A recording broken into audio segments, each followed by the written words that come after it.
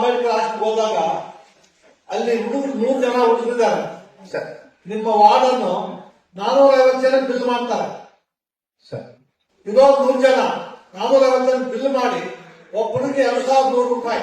ಇಲ್ಲೂ ಅಷ್ಟೇ ಇದೆ, ಜಾಸ್ತಿ ಇದೆಯಾ ಸರ್? 1850 ರೂಪಾಯಿ ಸರ್. ಹೆಣ್ಮಕ್ಳು ಜಾಸ್ತಿ ಇದೆ.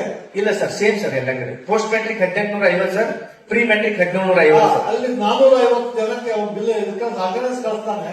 ಇದೊಂದು 100 ಜನ ನಾವು ಕೇಸ್ ಲಿಸ್ಟ್ ಮಾಡಿ ನಮ್ಗೆ ಫ್ರೆಂಡ್ ಬೇಕು.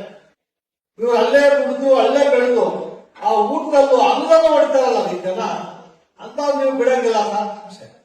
ಈ 76 ಏನಿದೆಯೋ ನಾನು ಯಾವ ಹಾಕ್ಬೋದು ಗೊತ್ತಿಲ್ಲ, ಇವತ್ತು ನಾಳೆ ಸರ್. Yes sir, yes. ನಿಮ್ಮವ್ರು ಅದ್ರಲ್ಲೂ ತಿಂತಾರೆ. ಪ್ರಕಾರ ಊಟ ಕೊಡ್ಬೇಕು, ಚೇಂಜ್ ಮಾಡಕ್ ಬರೋದಿಲ್ಲ. ಇಲ್ಲ ಸರ್. ನಿಮ್ಮ ಅಂಗನವಾಡಿ ಟೀಚರ್ಸ್ ಆ ಮಕ್ಕಳಿಗೆ ಅಂತ ಹೇಳ್ಬಿಟ್ಟು ಮಠ ತಗೊಂಡು ಹೋಗ್ತಾರೆ.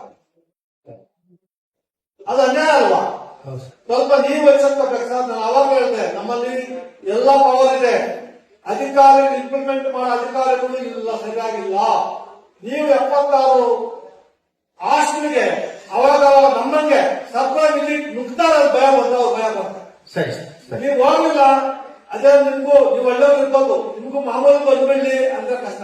ಸರಿ, ಮೊದಲು ಚಾರ್ಟ್ ಪ್ರಕಾರ ಕುಟ್ಕೊಂಡಾಗ ಚೆಕ್ ಮಾಡಿ ಸರ್. ಇದು ನಾನೆಲ್ಲ ಇನ್ಸ್ಪೆಕ್ಷನ್ ಮಾಡ್ತೀನಿ, ಅಷ್ಟು ಬಿಡಲ್ಲ. ಇದು ವಾರಕ್ಕೊಂದು ಸಲ ಚಿಕನ್ ಕೊಡ್ತಾರೆ ಸರ್, ವಾರಕ್ಕೊಂದ್ಸಲ ಸರ್. ನಂತರ ಮೂರು ಮೊಟ್ಟೆ ಕೊಡ್ತಾರೆ ಸರ್. ನನಗೆ ಮಾಹಿತಿ ಬೇಕಾದ್ರೆ ನಿಮ್ ಜಿಲ್ಲೆಯಲ್ಲಿ ತಿಂಗಳಿಗೆ 2 ಸಲ ಅಂತ 4 ಸಲ ಕೊಡ್ಬೇಕು, 2 ಸಲ ಕೊಡ್ತಾರೆ ಅಂತ ಮಾಹಿತಿ ಇದೆ ನನಗೆ ಸರ್. ರಾತ್ರಿ ನಾನು ಬಂದ ತಕ್ಷಣ ಗೊತ್ತಾಯ್ತು, ಬೆಳಗ್ಗೆ 5:30 ಗೊತ್ತಾಯ್ತು ಸರ್. ಈಗ ಜಸ್ಟ್ ಒಂದು ತಿಂಗಳ ಸರ್ ಮೆನು ಚಾರ್ಟ್ ಚೇಂಜ್ ಆಗಿ ಸರ್. ಮೆನು ಚಾರ್ಟ್ ಮೊದಲು ತಾವು ಹೇಳಿದಂಗೆ ವಾರಕ್ಕೆ 1 ಚಿಕನ್ ಇತ್ತು ಸರ್. ಅದು ಈಗ ನಮ್ಮಲ್ಲಿ ಗ್ಯಾಸ್ ಮತ್ತು ಇನ್ನೊಂದು ಕೆಲವೊಂದು ದರ ಹೆಚ್ಚಾಗುವುದರಿಂದ 1 ಚಿಕನ್ ಕಡಿಮೆ ಮಾಡಿದ್ವಿ ಸರ್. ಯಾವುದೇ ದರ ಹೆಚ್ಚಾಗ್ಲಿ, ಯಾವುದೇ ಗೌರ್ಮೆಂಟ್ ಬಗ್ಗೆ ಎಲ್ಲೂ ಮೋಸ ಆಗ್ತಾ ಇಲ್ಲ. ಆದ್ರೆ ನಮ್ ಜನ ಮೋಸ ಮಾಡ್ತಾ ಅಧಿಕಾರಿಗಳು ಒಂದು ಮಕ್ಕಳಿಗೆ ಊಟ ಕಿತ್ಕೊಳ್ಳಿ ಮಾಡಂಗಿಲ್ಲ. ಟ್ಯಾಕ್ಸ್ ಪೇಯರ್ಸ್ ಬಂದಿರಿ, ನಿಮ್ದು ನಮ್ದು ಟ್ಯಾಕ್ಸ್ ಕಟ್ ಮಾಡ್ತಾರೆ, ಮಕ್ಕಳಿಗೆ ಊಟ ಕೊಡ್ತಾ ಇದೀವಿ. ಹಾಸ್ಪಿಟಲ್ಗಳಿಗೆ ಆಸ್ಪತ್ರೆಗಳಿಗೆ ಅನ್ಯಾಯ ಆಗ್ಬಾರ್ದು.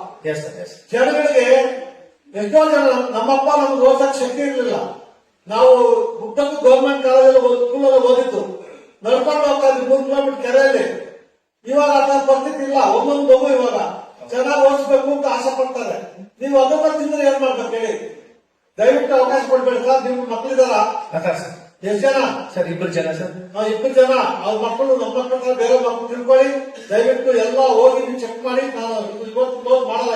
ಸರಿ ಸರ್.